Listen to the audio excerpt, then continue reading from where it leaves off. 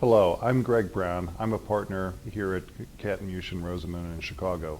I specialize in employee benefits and executive compensation. I've been working in that area together with employee stock ownership plans, or ESOPs, for 37 years.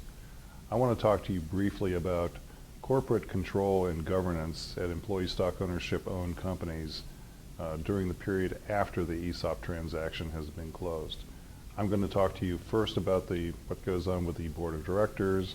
Second, I'm going to talk to you about the continuity of senior management. And then lastly, I want to talk to you about just one experience that I've had in this area with one of my clients.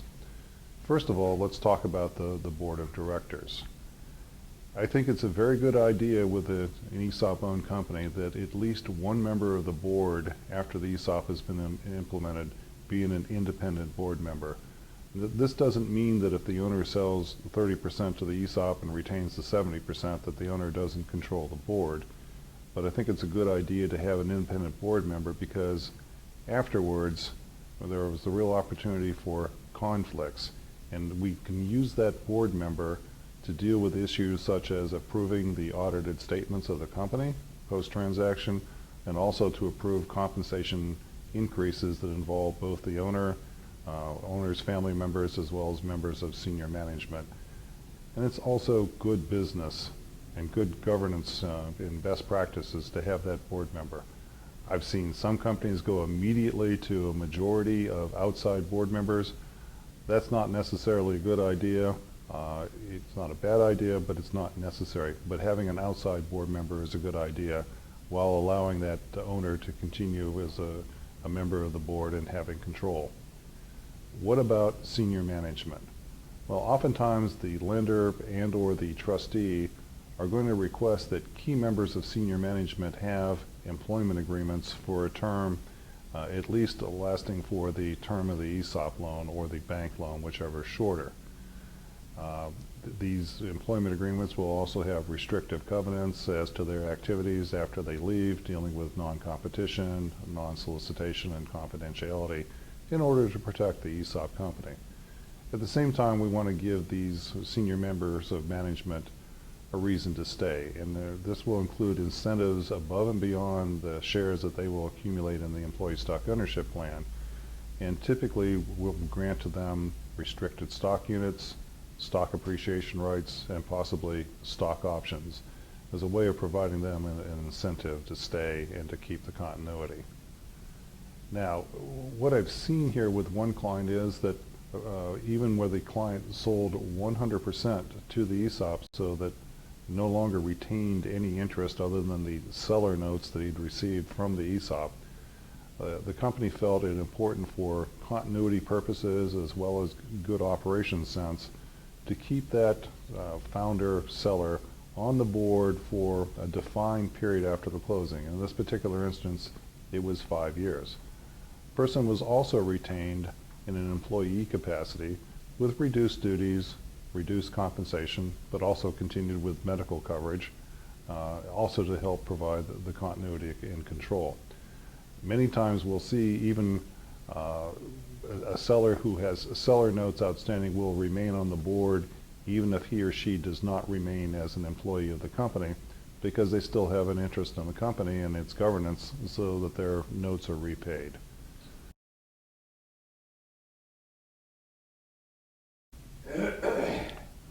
In terms of ESOPs and the relationship to Congress and the regulatory environment, there are no present proposals to take away any of the ESOP tax incentives. They're not a guarantee, so it's important that the ESOP organizations that do the lobbying remain intact and keep vigilant, because we're actually a very small part of the whole tax universe. That's both good and bad. The cost of the various ESOP subsidies is a very small item in our whole budget. On the other hand, we're not that big in terms of lobbying dollars and the like, so it's very, very important that the ESOP companies on a state-by-state basis continue to maintain contact with their congressmen and their senators, emphasizing the importance of what the ESOP has done for that particular company, its employees, and its community, and making sure that their particular congressman and senator understand that. On the regulatory side, there haven't been any real proposals that are negative towards ESOPs. There's been one that the Department of Labor proposed to make ESOP appraisers into fiduciaries. That has been withdrawn for the time being. We're expecting a re-proposal that may be a little more user-friendly.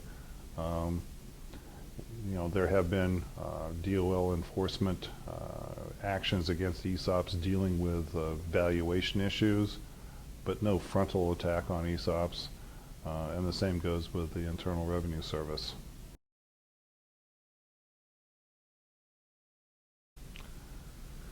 ESOP companies are no different in big picture terms than all companies. There will be successes and failures. I will say, looking over the expanse of my 37 years in practice with both private and public companies, that the companies that have had significant ESOPs or ESOP ownership have been far less prone to failure than their counterparts that don't have the employee ownership. That's not a guarantee that an ESOP company won't fail.